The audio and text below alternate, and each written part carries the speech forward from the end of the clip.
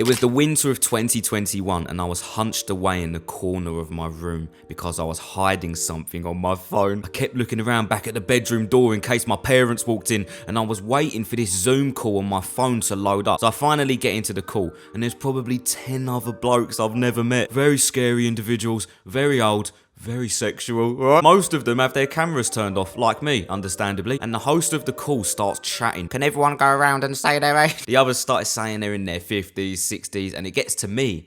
My name's Kian, and I'm 19 years old. And I remember someone leaving one of those comments at the bottom saying, wow, I wish I started that young. Alright, I'll shut the fuck up. What even is this call? Would you believe me if I told you it was a Wankers Anonymous group? It's called something like Sex Addictions Anonymous. I can't remember now. But that's what I signed up to. I really felt like I had nowhere else to go. So I sat in a call with 10 blokes talking about wanking. This isn't a knock on any of those geezers, but by the end of the hour, I realised these really weren't my people and I didn't want to be in this group. It felt wrong. I'm telling this story because when I was 19, I felt so depressed about how often I was wanking that it borderline made me mentally ill. I was crying on my phone to my mate, joining wanker groups. So I've definitely had somewhat of a struggle with what some people might consider an addiction. It's not any extreme stuff like drugs and that, but it is something. Flash forward to 2024 and I'm obviously not perfect with never choking the chicken, but it's really not an issue for me anymore. I used to do it like 5 times a day and now it's very infrequent. Doesn't impact my mental health. This has been a slow, gradual process since 2023, I'd say. And I really feel like I've passed this phase in my life where I felt addicted to junk food and porn and stuff. So I want to share what I've learned. Yeah, I might not be the Ultra Wank Master 2000 with a 500-day streak like Lucid, but I remember the hardest part of being addicted to something was the mental anguish that came with it. The shame of doing it when you said you wouldn't. The feelings of despair and loneliness. Maybe you've been experiencing this recently with something yourself. I've managed to eradicate that from my life using 3 main points. These won't be the conventional like, oh, get an accountability partner or go talk to someone. I'm going to explain exactly what I had to do recently to leave this, quote unquote addictive phase of my life. 1. Labeling yourself. When I was 19, I had a really dirty mouth, right? Not literally, but the amount of times I referred to myself as having a porn addiction, addicted, a wanker. The amount of times I identified myself as having a problem was quite embarrassing looking back. There's 2 things I want to bring up here as to why I stopped labeling myself anything negative, whether it appeared to be true or not in the moment. The first point comes from the book Psycho-Cybernetics, a scientific book that talks all about our self-image, which is the way we talk to ourselves about ourselves, and how this system inside of our minds determines exactly what behaviors we align with in real life. And our self-image needs visualizations of who we think we are, labels of who we are, thoughts that reaffirm our identity in order to know which direction to go. Basically, if you keep calling yourself a wanker or an alcoholic, your body and mind starts to align itself with the actions of those types of people. This sounds like proper woo-woo science bollocks, but it's all been scientifically proven. So I found for me that the key to overcome addiction was to stop talking like I had an addiction. Stop referring to myself as a wanker because I don't want to relate to that identity. The second point is a quote from someone called Tom Bilyeu. I'm paraphrasing because I can't actually find the quote. But he basically said that successful people in life don't believe what is true.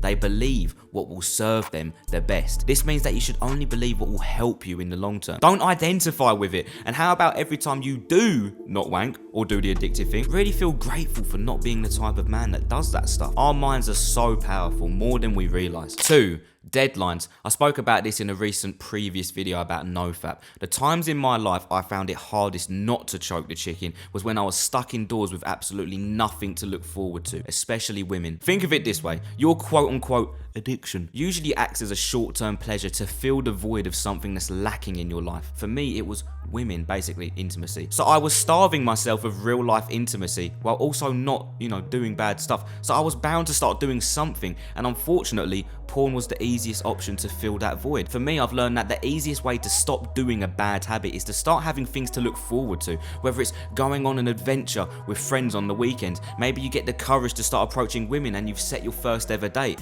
For me, it's very interesting how my brain responds. It's like when I have something highly motivational to look forward to, like seeing a girl or friends or cold approaching on the weekends with mates. It's like my willpower isn't even needed anymore. This might be a bit different if your quote unquote addiction is drinking or drugs, for example. You can't really go to a pub with that. I guess you could, but it'd be a bit of a weird decision. I'm not an expert on these issues, so don't take my word for it, but from some of my friends' experiences, staying indoors and not replacing those habits with anything just makes it likely to do them again. 3. Discomfort and pushing into a new character. For a month now, I've been through a huge amount of mental and emotional discomfort. It all started with going out with friends and forcing ourselves to cold approach girls. This was really alien for me and I was shit scared. I felt intense approach anxiety and embarrassment, and I got rejected many times, but I've also had some success. I set a couple dates, I met some girls, and these were also really uncertain, uncomfortable experiences. And just like that, it's changed the way I view myself. When we watch TV shows like Breaking Bad, if you haven't, it's a bald man that commits crimes. No, not Andrew Tate. A character in a show usually changes intensely by the end of the show, and it can only happen once they've put themselves through intense suffering or discomfort. Walter White, was constantly living beyond his edge the moment he started cooking meth. Imagine the anxiety, the fear, the anger in his mind. No wonder he slowly pushed himself into becoming someone new. I think this is exactly how it works in real life as well, right? Without the meth. If you want to fundamentally change your character from feeling addicted to something to not suffering at all with that stuff, then at least for me, I found that dragging myself through intense discomfort got rid of that problem. The catch is that obviously becoming someone new also leads to a new set of problems. Like right now, since I've, actually started going on dates and talking to girls, I'm now learning to overcome some new mental issues that I didn't realise were there. But I'd rather have these issues than just being a wanker. The more mental suffering you go through by choice, or even if life forces it on you, the quicker you will change, and with that, your behaviour changes. Look, am I claiming this is easy? Fuck no. But you're gonna get real stuff on this channel, alright? I'm not gonna give you like, oh yeah, do this very specific breathing technique and then you'll cure your addictions. It doesn't work like that. You have to change. Is this the only genuine thing that has ever worked for me? Yeah. I hope that this has helped you in some way, geez. We're in this together, alright? Just turn around, I won't do nothing.